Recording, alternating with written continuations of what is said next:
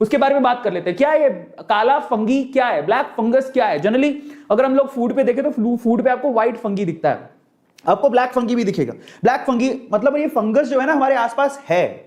Generally Asia के environment में fungi होते हैं, हमारे आसपास आपको फंगस मिलेगा। तो अभी इतनी चर्चा क्यों हो रही है, चलो जान लेते हैं। सबसे पहले तो ब्लैक फंगी जो है उसको हम लोग, ये क्या है जरा, म्यूकरमाइकोसिस, म्यूकरमाइकोसिस भी कहते हैं इसे, आप ध्यान रखिएगा। ब्लैक फंगस को म्यूकरमाइकोसिस भी कहते हैं, ठीक है। कैसे होती है उसके बारे में जानना है तो चलो मैं आपको बताता हूं। पहले तो ये फंगस कहां पे पाया जाता है उसके बारे में जानने की बहुत ज्यादा जरूरत है। सबसे पहले तो मिट्टी में, जो गीली मिट्टी है, स्पेशली वेट गीली मिट्टी है, वहां पर आप लोगों को ये फंगस मिलेगा, प्रेजेंट होता है। गीली मिट्टी के अंदर ये फंगस आप लोगों को देखने को मिलेगा। इसके अलावा अगर आप प्लांटिंग करते हैं घर पे तो खाद के अंदर भी ये फंगस होता है, जो खाद होती है, ठीक है, उसके अंदर भी ये फंगस होता है, ऑलरेडी होता है। इसके अलावा यहां पर गौर करिएगा, अगर आप फ्रूट्स मंगाते हैं, वेजिटेबल्स मंगाते हैं, जो फ्रूट्स और वेजिटेबल्स बेसिकली खराब हो जाते हैं, सड़ने लगते हैं, वो फंगस की वजह से सड़ने लगते हैं, उनमें भी ब्लैक फंगस होता है। तो ब्लैक फंगस आपके अवेलेबल है चारों तरफ अगर आप ध्यान से देखोगे। इसके अलावा हवा में भी होता है, ये फंगस हवा में भी होता है। अब जरा समझिए आप प्रॉब्लम कोज क्या है, जरा आप देखिए, हवा में भी ये प्रेजेंट है,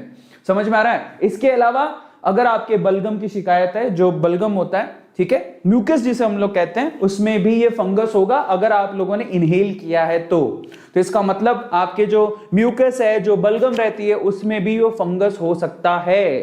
तो बलगम तो हमें बहुत पहले से हो रही है ना, तो हमें इतना इफेक्ट क्यों नहीं करता, और आज इसके बारे में इतनी चर्चा क्यों हो रही है, तो मैं आपको समझाता हूं जरा। अब ये ह्यूमंस को कैसे इफेक्ट करता है, जरा उसके बारे में बात कर लेते हैं। ह्यूमंस को कैसे इफेक्ट कर रहा है, how does it effect humans. Actually problem ये आ रही है कि हवा में भी मौजूद है, ये सॉइल में भी है, हवा में भी है।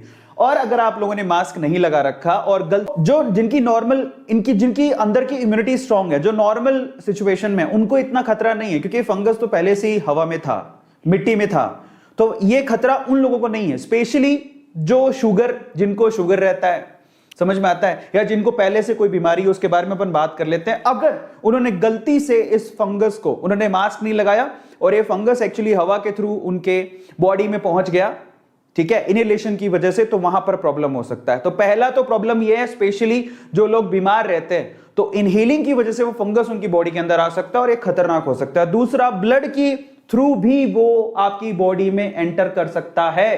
अब इससे प्रॉब्लम क्या होता है, कैसे ये इन्फेक्ट करता है, ये आपकी स्किन को इन्फेक्ट कर सकता है, लंग्स को इन्फेक्ट कर सकता है। अभी सीवियर केसेस आईज के आ रहे हैं, ज्यादातर आईज को इन्फेक्ट कर रहा है, आपके ब्रेन को भी इन्फेक्ट कर सकता है, और अगर आपके ब्रेन्स को या लंग्स को इन्फेक्ट करेगा, समझ में आता है, तो शायद डेथ भी हो सकती है। एक्चुअली करता क्या है, जो हमारी धमनियां होती है ना, रक्त धमनियां, जिनको आर्टरीज बोलते हैं, हमारी रक्त धमनियां, जिसकी वजह से एक्चुअली खून जाता है हमारी बॉडी के अलग अलग पार्ट्स के अंदर, एक्चुअली उन्हीं को ब्लॉक कर देता है। और अगर अलग अलग पार्ट्स में, सपोज करो कि हमारा ब्रेन में खून जाना बंद हो गया, तो हम लोग फिर ब्रेन ही डेड हो गया, उसके बाद हम बचेंगे ही नहीं। तो ट्राई टू अंडरस्टैंड कि ये बहुत सीवियर है और इससे हमें बचने की जरूरत है। चाहे हम स्वस्थ भी हो तो भी हमें इसके उपाय जानने की जरूरत है, क्योंकि आज हम उसके उपाय जानेंगे तो मान लो कोई, अगर हमारे घर पे कोई पेशेंट है किसी भी चीज का, तो उसको हम बचा सकते हैं। और ये पिक्चर आपको थोड़ा सा हिला सकती है, बट ये सच है। एक्चुअल में ये एक प्रॉब्लम है, जो एक घाव बन जाता है आंख में, और देखो सीवियर कंडीशन में आंख तक निकालनी पड़ गई है, आंखों की रोशनी जा चुकी है, फंगस और नहीं बढ़ जाए इसकी वजह से आंख तक निकालनी पड़ी है, और ये सच